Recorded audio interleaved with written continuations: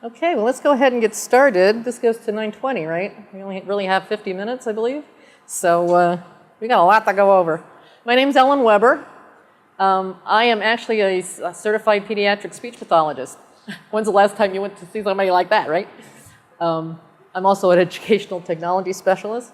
I've been doing a lot of tech training on incorporating technology in the classroom for the last few years. So today we're going to be talking about primarily an app called TinyTap. TinyTap Create and Play Educational Games is the whole name, I guess. If you have an Apple or Android tablet with you and you want to follow along, if you want to download it, I don't think it takes very long to download. I think to create you'll have to set up a profile though, or sign into mine.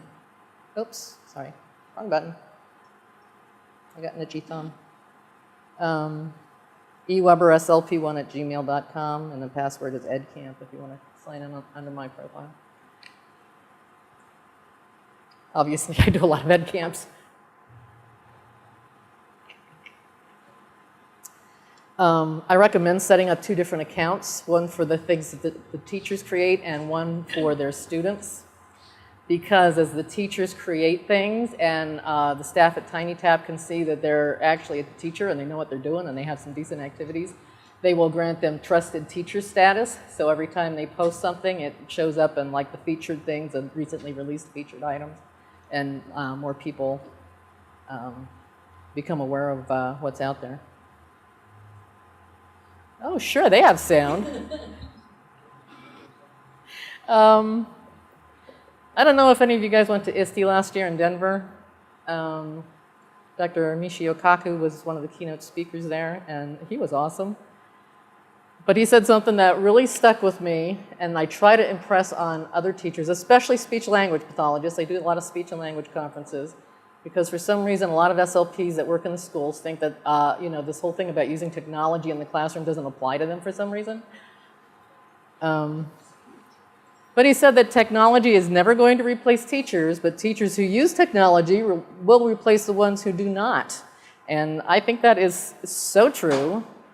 And that's why I do what I do, going around trying to talk people into using the technology, and especially this one app that we're going to talk about today, TinyTap, because this is so versatile. You can do so many things with it. Makes your life easier. It's a good place to start to get into using technology. The new ISTE standard, teacher standards, the draft that was released. I don't know if you guys follow ISTE and their student and teacher standards for technology and education. This was the draft. I think they might have the final one ready soon. I'm not going to spend time going over that. You guys can look it up. So why use TinyTap?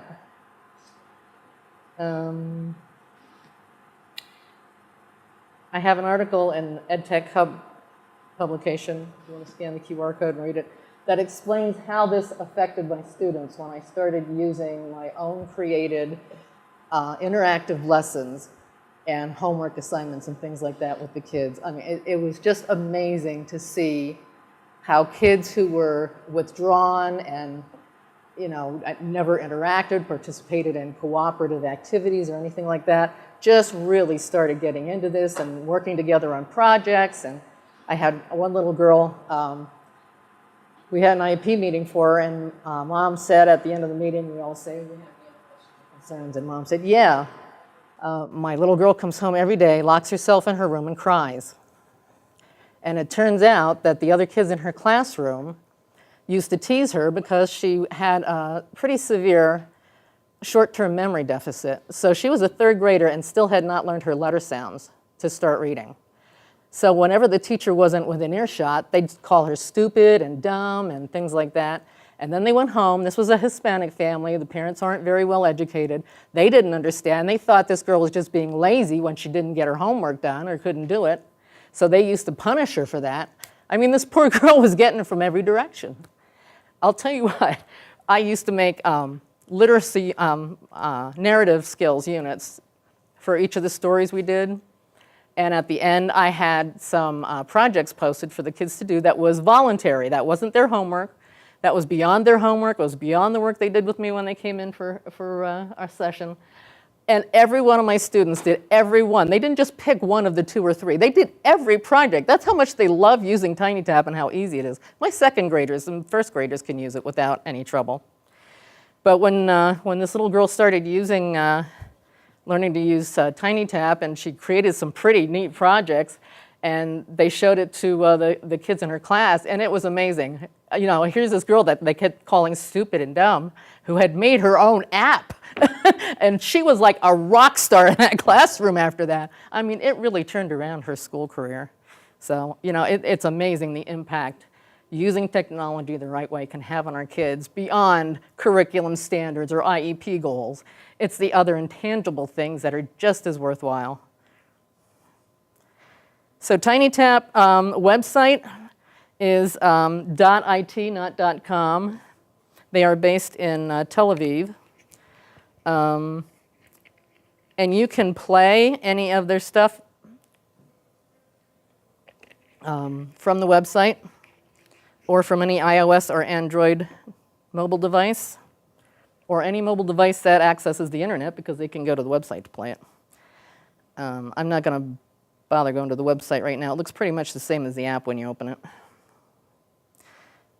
And I'm used to doing 3-hour workshops, by the way, so I'm going to be skipping over a bunch of video clips that I have in here.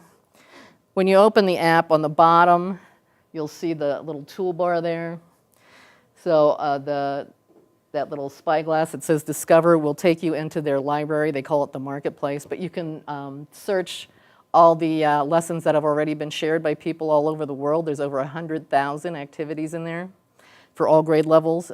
I was explaining earlier, this is a tool like PowerPoint, so you can use it for any grade, any age, any content area, whatever you need to get across to somebody. It's a presentation type of thing.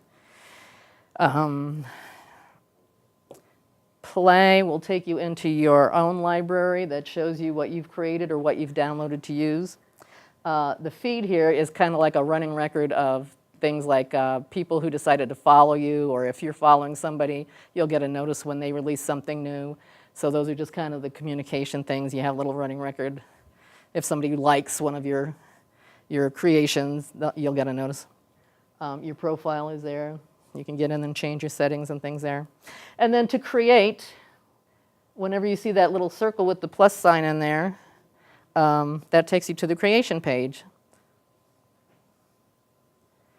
The creation page looks like this, but blank. I just have everything open on here to show you. It's just a blank page, and all you see at the bottom is this little tool palette. But if you click on the happy face, that will open up their library of images you can use. Most of them are free. A few of them were done by an artist who would actually like to get paid for his work. Imagine that. So you have to pay like 99 cents or $1.99 or something to use them. But most of them in here are free. The text down here opens the keyboard, and then you've got a lot of formatting options with that. You can change the font, the color, the size, whatever. That little spyglass, they just changed this morning. And that happens every time I do a training. It seems like they push out a change to their app just when I'm ready to do a presentation. So let me see if let me see if I can get out of here and show you what came up this morning.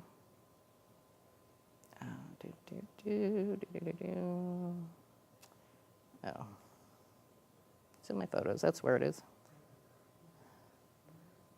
Okay. So just this morning, they pushed out a change to things you can do with it. Before, you could only access the video from YouTube, but now you can use your own video if you have it stored on your computer somewhere, or you can actually record a live video into one of your activities. Let's see. Image search, this is a big one. They added an option that you can turn on a search feature that it will only pull up royalty-free images, which is great if you have your students doing this for projects or something you want to post online. But those are some of the changes, and I'll kind of talk about that as we're going along. So Ba, ba, ba, ba, ba, ba, ba, did that, did that, did that. Okay. They have added a couple categories here. Now it says photo, and then it has line art, clip art, and other, I think it says.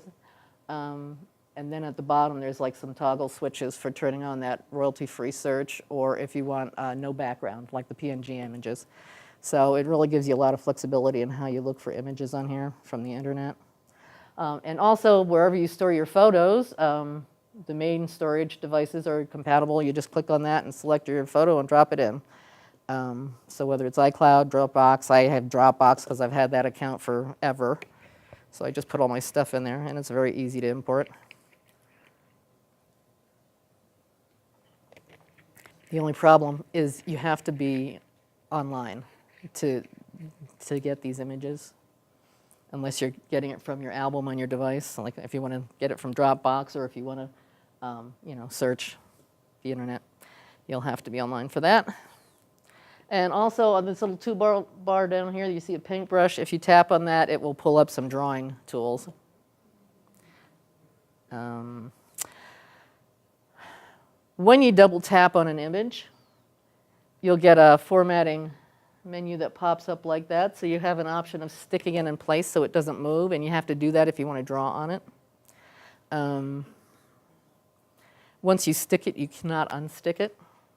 You'd have to basically put something over it or just start the page over.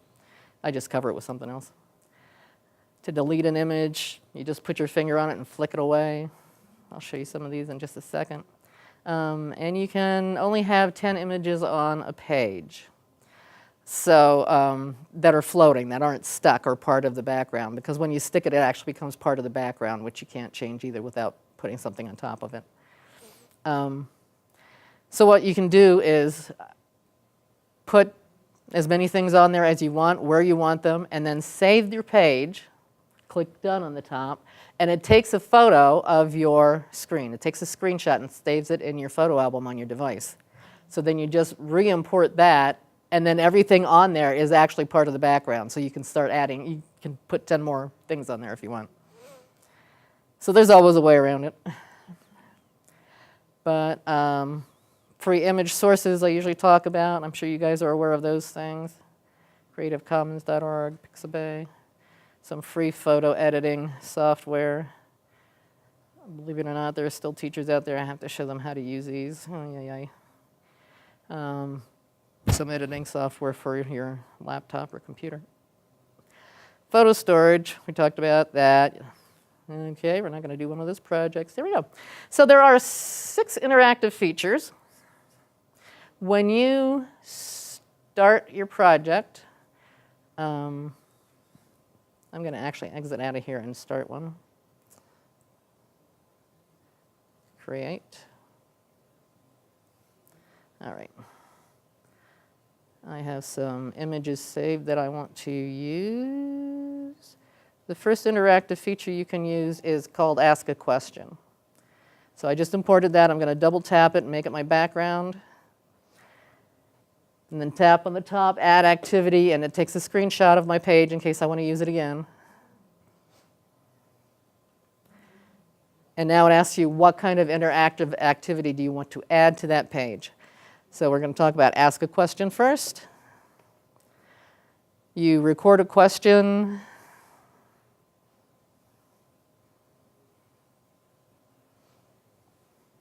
I don't even know what this is because I don't do biology. I know. It's what? It's a zygomatic? Who said that? Is that what it is, zygomatic? Okay. Zygomatic bone?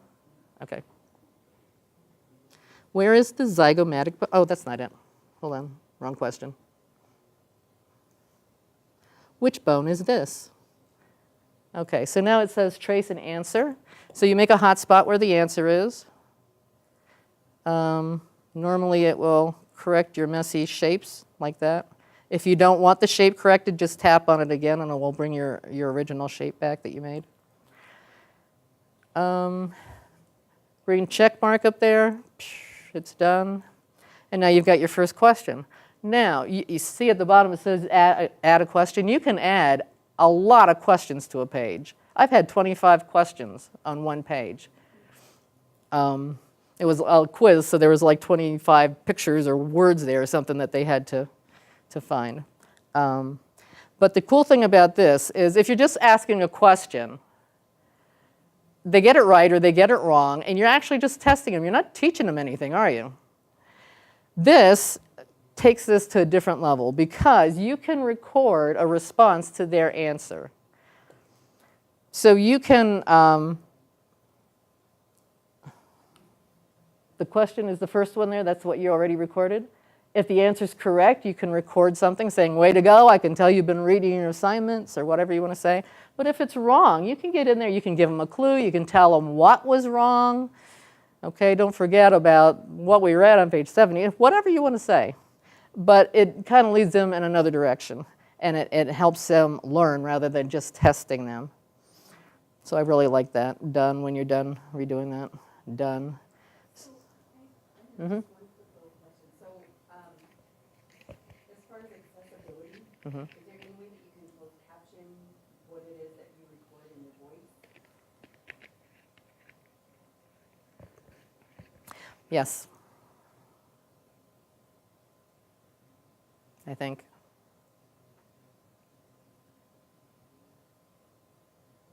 Well, you know, you would do is you would put that in your first layer. Your first layer is all your visuals, like your images and your text and all that stuff. So you could just write that. So let's go back and do that.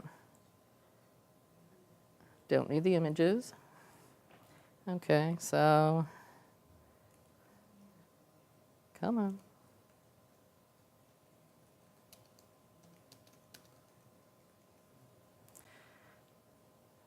And then we probably want that to be white so we can see it.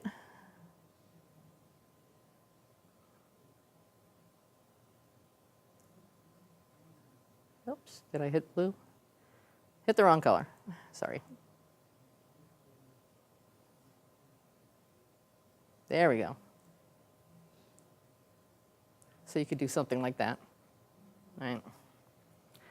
But all your visuals go on your first page. So now it's going to save that changed again into my album. The next interactive activity, well, you know what? Let me show you some of the examples of what I did with that first one first. How are we doing on time? All right. Later, baby. Ba, ba, ba. Ba, ba, ba. Alrighty. So you can use this for any content area again. It lets you set up like multiple choice, true, false questions.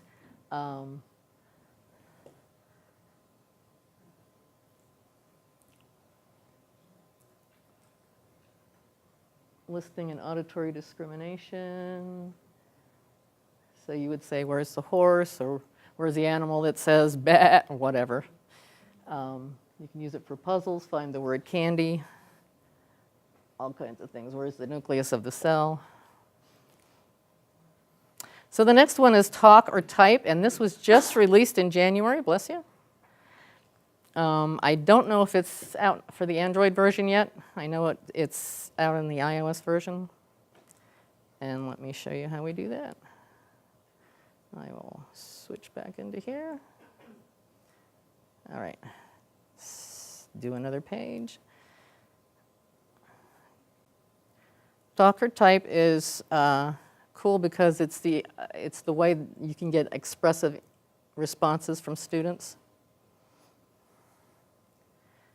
Double tap, make it my background. There we go. Okay.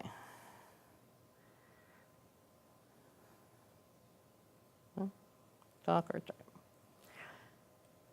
So now when you see that little cogwheel up there in your top, a lot of times it lets you record like an introduction to that page or directions or a question or whatever.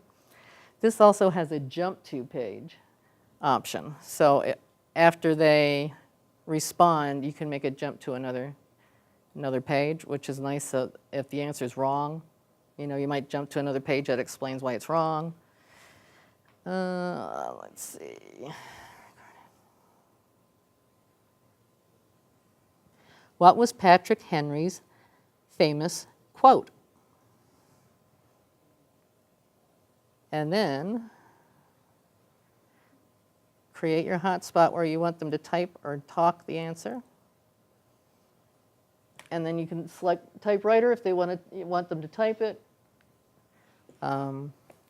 Microphone if you want them to say it. Here's the rub. You need to put in the answer. You need to type in what the answer is supposed to be there. And this uses the speech recognition like Siri. Okay, whatever speech recognition your device uses, that's what it uses to listen to the student's answers. So you have to keep in mind that just like one sound or one word probably isn't going to be recognized by the speech recognition thing. It needs to be something a little longer or something in a verbal context. Like if you just say I, meaning this, I mean, speech recognition probably thinks you're saying I like the pronoun I. So let's see.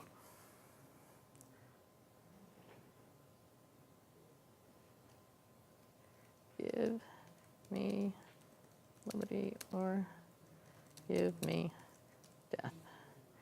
All right. Oops, I don't want to do that. Done. Okay, which? All right. What was Patrick Henry's famous quote? Give me liberty or give me death.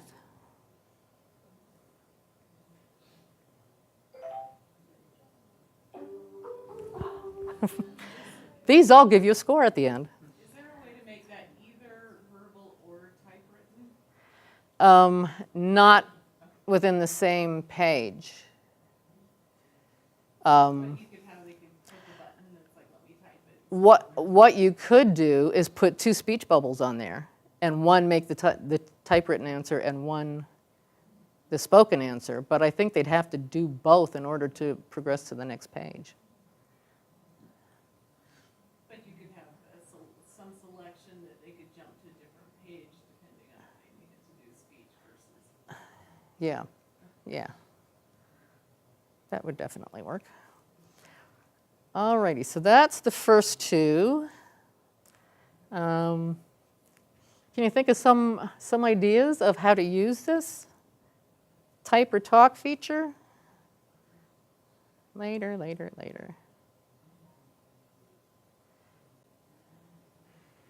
So with that, because I teach a medical terminology course. Oh, okay. And so they have to pronounce the words? And is it going to be able to identify whether they pronounce the words right? See, that's the problem using the speech, the verbal response with little kids who have articulation problems.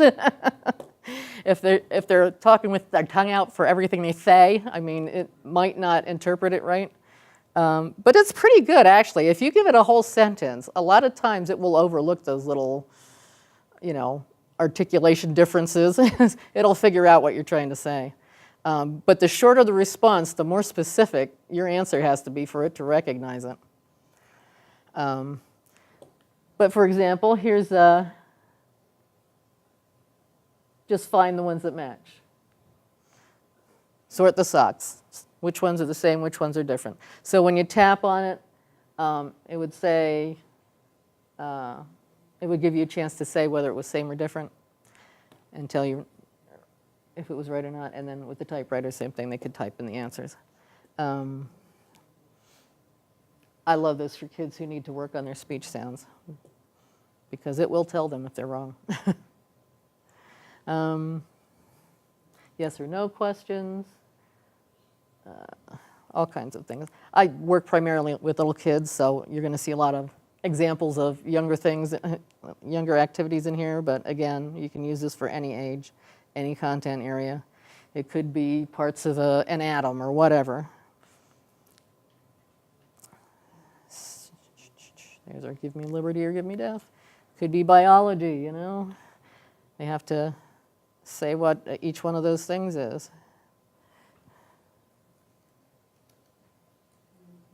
Oops. Come on. Just washed my fingers and can't do a thing with them. So the next one is create a soundboard. And this is what you would use for a menu page, actually. So let me exit out of here and show you that. Oop, oop.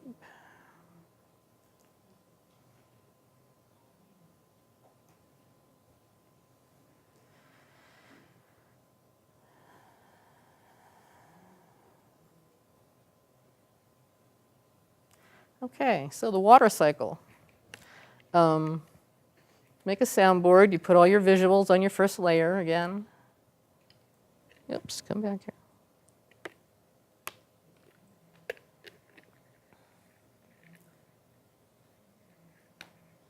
Again, there's that cogwheel so you can record an introduction to it.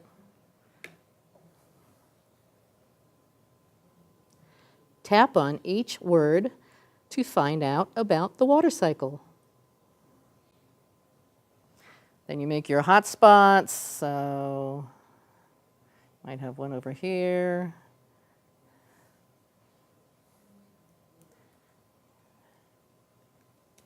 Evaporation. Evaporation. And you see it had a jump page feature on that also. So you could actually jump to another page that actually gets into, you know, more detailed description of exactly what evaporation is and then come back to this. So that's what you would do for the different parts of your water cycle. Let me play that one for you. Tap on each word to find out about the water cycle. Evaporation. Okay, or you could circle that image. You don't have to make a box. However you want to make your hotspot, that's fine. All righty. So what do you think you can use that for? So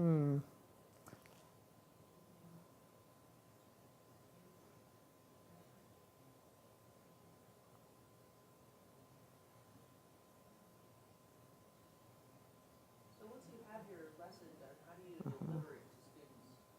I assume they don't have to have this app, or do they? Yes.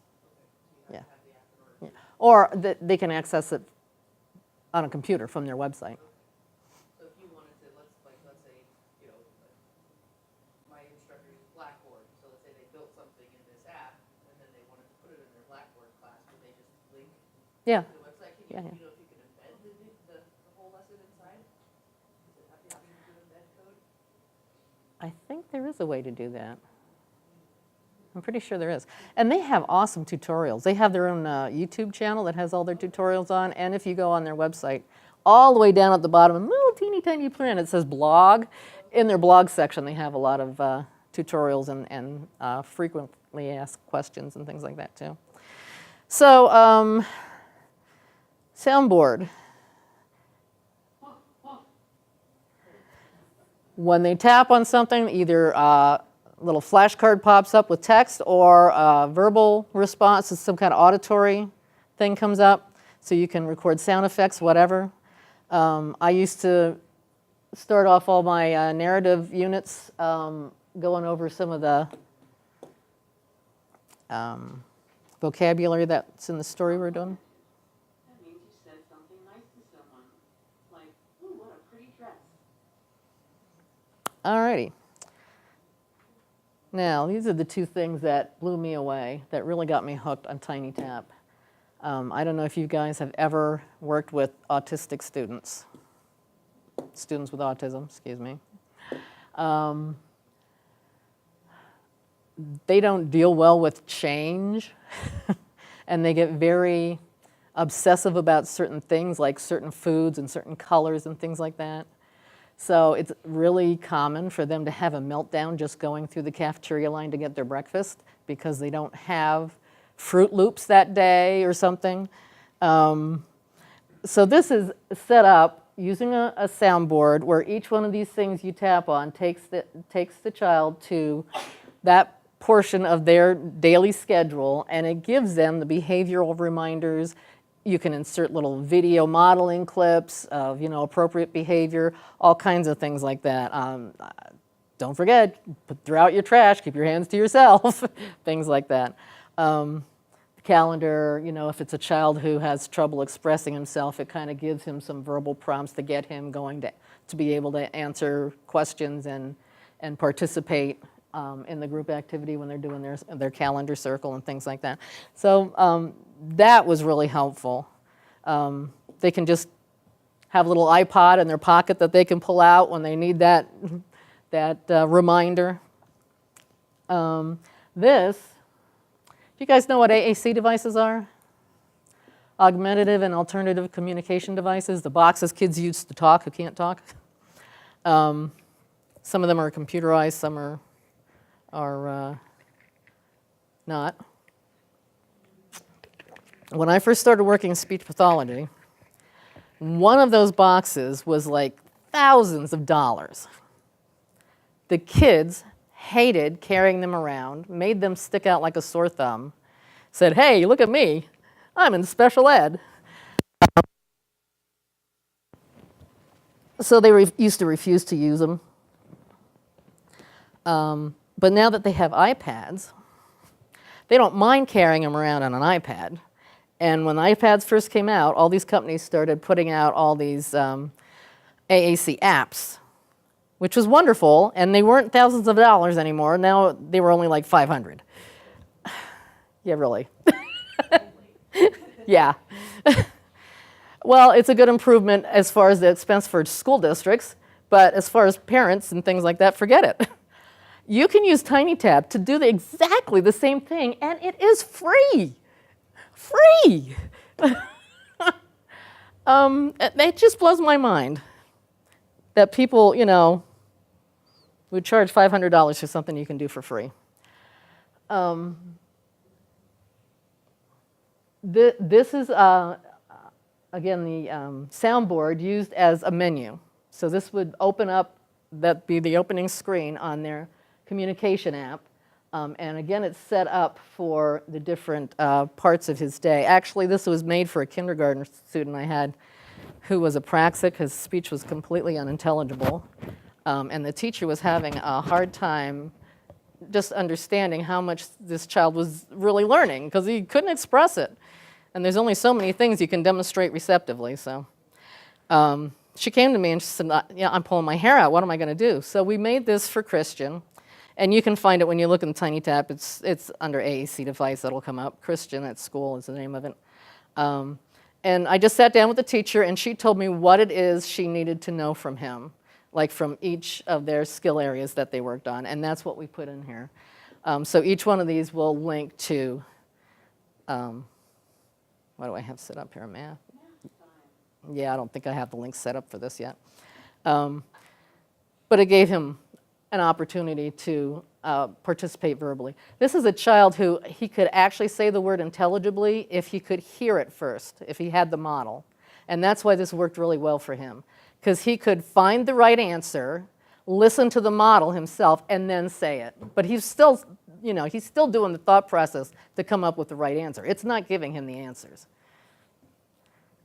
So this is wonderful. There's a million uses for this Create a Soundboard.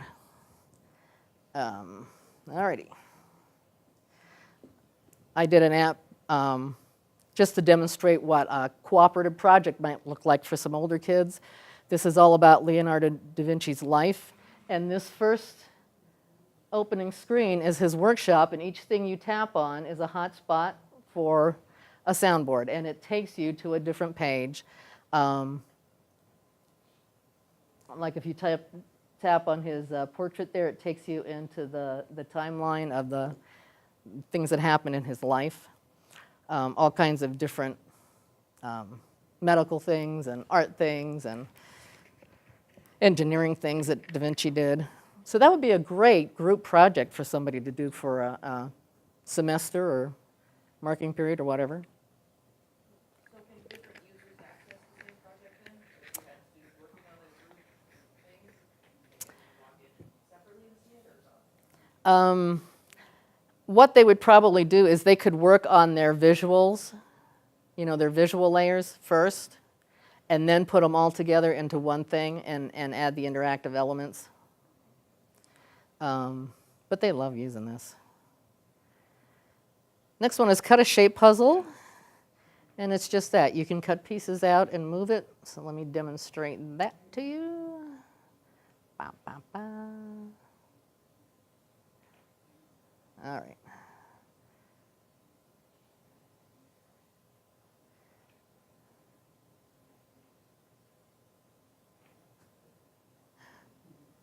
I love Grumpy Cat. That's what I'm going to look like someday. But you can imagine that this could be anything. It could be a diagram of the solar system, whatever. Again, you can record an introduction, a question, a direction, whatever, in the cog wheel up there.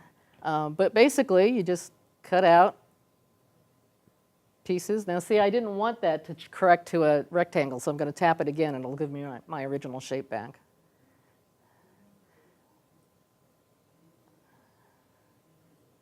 So, whatever. But you get the idea.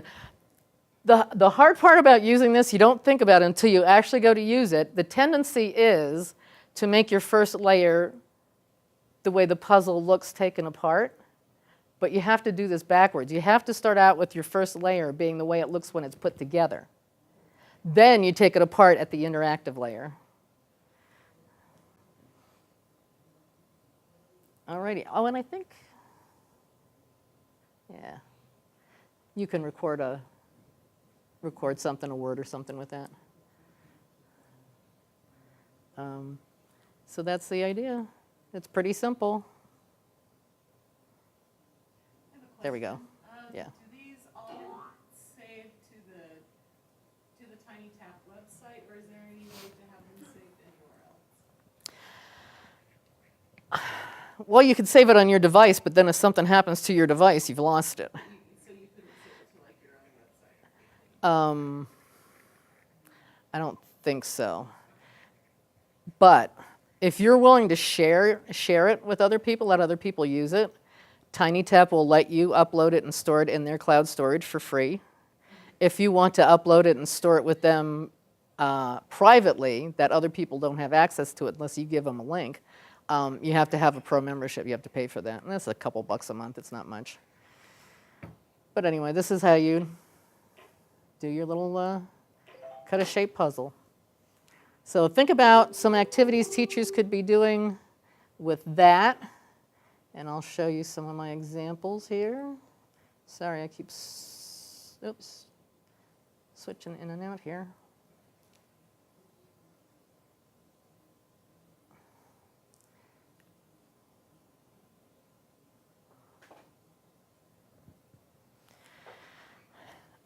This is awesome for especially elementary kids, like for interventions.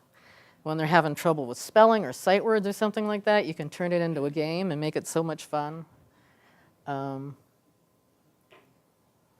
Spelling words, sentence completion, story sequencing, matching. Now that's from a book, It's Not Easy Being a Bunny, and the character tries to be all these different animals, and he realizes he doesn't like it. He doesn't like to be a pig because he doesn't like playing in the mud. He doesn't want to be a bear because they sleep too much. It's a really cute story. And you can literally use it for puzzles. This is another way of doing a sentence construction activity. Sudoku puzzles, jigsaw puzzles. Again, academic stuff. Oh, missed it.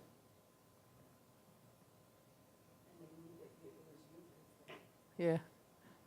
Yeah, I'm logged in under my profile, so it knows it's me. Can it do other languages? This has over 30 languages. It depends on what your device is set to. So if you want to use that speech, that verbal response thing to practice saying something in another language, you would need to set your device to that other language, so speech recognition would be listening in that language. But TinyTap itself supports over 30 different languages. I know, it's amazing. Play a video. All this is you can insert a video from YouTube, or just this morning they released the ability to insert your own video, or videotape live on the spot and put it in there. Up until now, it had to be something from YouTube, so if you wanted to use one of yours, you had to upload it to a YouTube account and then access it that way. You don't have to do that anymore.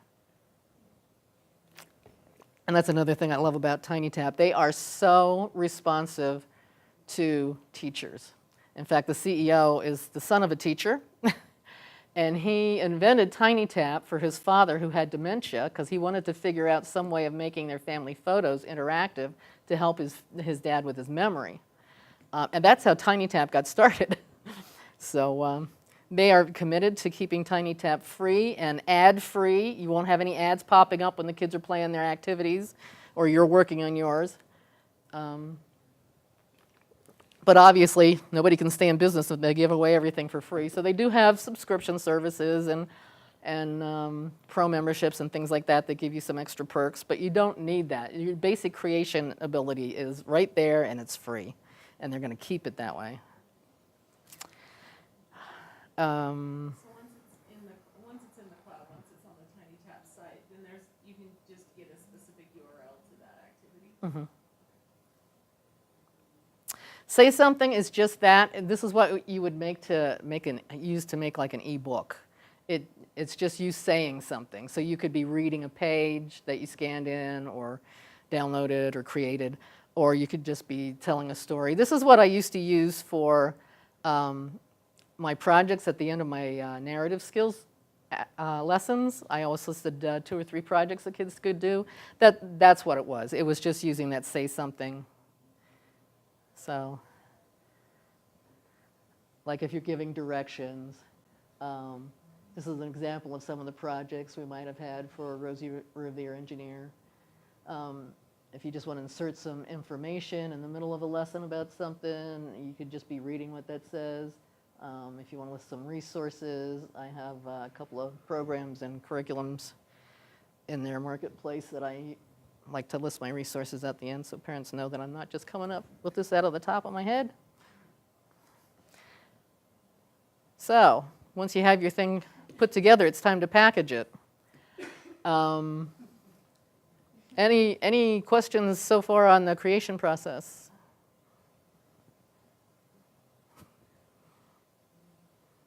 Okay, I admit I'm a cat lady. Actually, I'm a catless lady right now. All our cats are gone, but that's okay. This is cool. When you've got your stuff set up, you can turn on gaming mode. When you tap on that and switch the toggle to green, you can set a time limit either for each page or for the whole activity. And you can also select how many wrong answers they're allowed to have before they lose the game. You know, like lives in a game. How many lives do you have?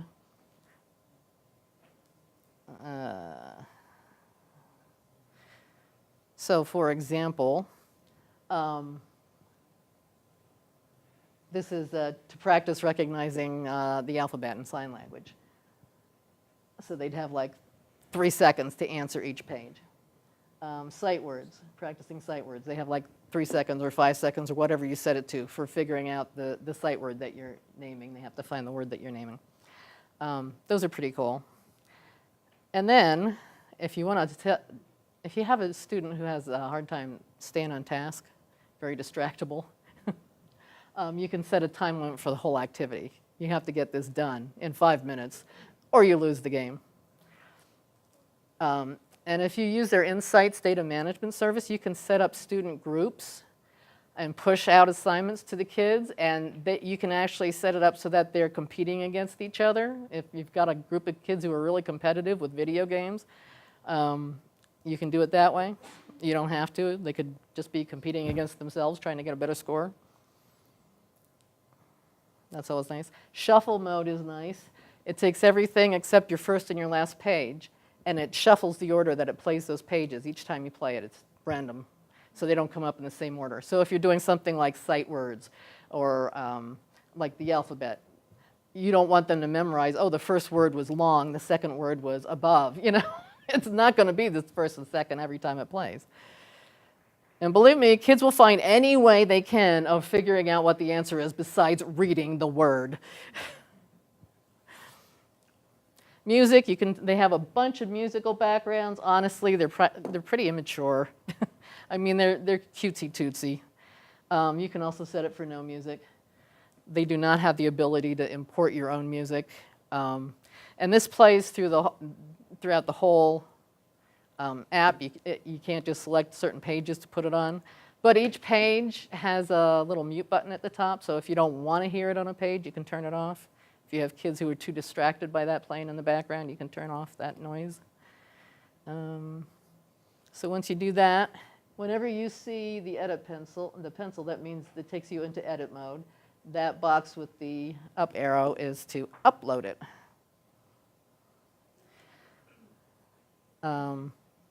When you're editing, if you want to edit the first layer with your visuals, you need to tap on that edit pencil and then tap on your page, and it will open that first layer again.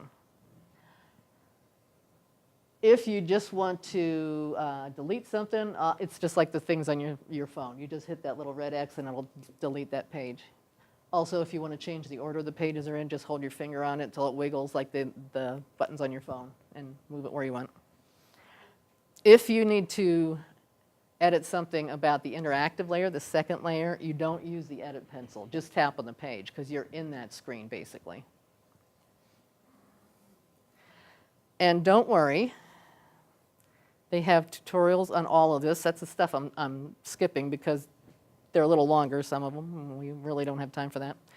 But when you want to upload, you can access that from a lot of different screens, from your second layer screen here, or when you're playing it, if you tap on that thing and open your page menu, it's in there. Anywhere you see that up arrow. This screen will pop up. You need to write a little description of what your app is, what it's working on, who it's for. Don't forget to put some hashtags in there so people can find it. Like as a speech therapist, I would call what I'm working on syntax and semantics. A language arts teacher wouldn't call it that. They'd call it vocabulary and grammar. So, you know, think about how many people might be able to use your app. Select the categories, select the age range, the language. The toggle switch by that world means if you turn it on green, that means you're giving them the green light to share it with everybody in the whole world, and that's free. If you turn that off and you want to share it publicly, you have to save it privately, you have to have a pro membership. And then that edit thing allows people to download it and edit it if you want them to. Obviously, if you're making a quiz and pushing it out to the kids, you don't want to let them go in and edit your quiz, so you would turn that off. But I generally, if I'm making something for teachers to use, I will generally upload it so they can edit it and customize it for their own class or their own students. And a lot of teachers do that. Do they end up saving alternate versions then? It's not, they always access the same version. When they save it, it saves their version in their account. It doesn't change the original version. And one other thing, I guess we are out of time. You can look on their website about insights and data management. They recently started a program. How many of you guys know what Teachers Pay Teachers are? Anybody? A couple people? That's a company that lets you upload your materials that you create and sell them or give them away. Some people give some stuff away free. There have been teachers who have become millionaires by doing that. Seriously. TinyTap just recently started that when they started the pro memberships, that when your activities get played 500 times it converts to premium content, so only people with pro memberships can access it. But then you start getting paid every time it's played. And I wish they had started that. I've been tiny tapping for like 3.5 years. If they had started that back then, I mean, the payout depends on how much money is being generated by the memberships and how many people are dividing the pot and all that. And then Tiny Tap gets 50% to defray some of their costs, and you get the other 50%. So it started out being about, I don't know, 35 cents a play or something like that, which doesn't sound like much. But after 3.5 years, I have 150 apps in their marketplace, and I have over 350,000 downloads and plays. I'd have $100,000 by now. That's paying off somebody's student loans or putting your kid through college. Nothing to sneeze at. So there's always that option. Oh. Go ahead. The pro account, you get the tracking of the students and everything. Yes. In fact, it shows you up here what the difference is. Yeah, basic account is free, and this is all the stuff you get with that. The pro account is private storage. You get access to all of those images that I said. Remember, I said some of them you have to pay for. Everything's free. Everything is free with the pro membership, and it's $4.99 a year. $4.99 a month, but it's $49.99 if you buy a whole year at a time. But since you guys are here, I have a discount code for you. It's good for a week. Met 30. So it's valid through April 23rd. That's another thing. They love to find out people are doing trainings like this. They'll give you codes to share. They're also looking for people to help them pilot a parent outreach program that they're starting, trying to get parents more involved in homework and things. So if you're interested in doing that, you can just contact Tiny Tap and mention it, and they'll forward it to the right person to take care of you. And then you get a free membership for a year. I don't know if there's enough time in this school year to do it anymore, but this is my chance to be Oprah Winfrey for 2 seconds. You get a code and you get a code. Alrighty. Any questions? Had anybody heard of Tiny Tap before today? It's like number 3 in the App Store for educational apps. At least in America. I think it's number 1 in some countries. But yeah, they're all over the world. The one thing about that, when you play an app and it gives you the score at the end, it does not save that if you don't have that data management service. So if you don't want to sign up for that data management service, just teach the kids to take a screenshot or come show you and jot it down if you're trying to track the data. But the nice thing about that, if you push it out as an assignment with that data management service, it sends you all of that performance data. The date they played the app, how long it took them, which answers were correct, which answers were incorrect, their score, if they're competing against other kids doing the same activity, then it kind of gives you a ranking of where they are compared to the other kids in the group. Does it track how long they were in the app? Mm-hmm. Mm-hmm. Yeah, it gives you a lot of information. But really, I'm trying my best to get the word out there to teachers because this is just so useful. I mean, anytime you have something that's normally boring, like rote memorization of, math facts, sight words, stuff like that, this is ideal for that kind of stuff because it just makes it so much more fun and the kids remember it. Studying for an anatomy exam. Yeah, precisely. Anything that makes you go blah, you're going to enjoy doing it in an activity like this. Anyway, these are some of the ones I've done. You don't have to, I don't know which ones you have to pay for and which ones are free, honestly. And I do not get paid by Tiny Tap for doing this presentation today, by the way. You should get a free annual membership for every time you do it. I'm just happy if they give me codes to share with you guys.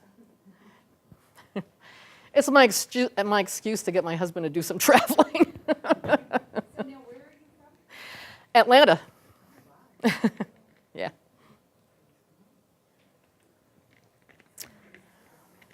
Yeah, I've done these trainings in Canada, Tel Aviv. Got some coming up in Ireland. Yeah, I try to schedule them in the places I want to travel to, so I can at least write off my travel expenses to my business. Bless you.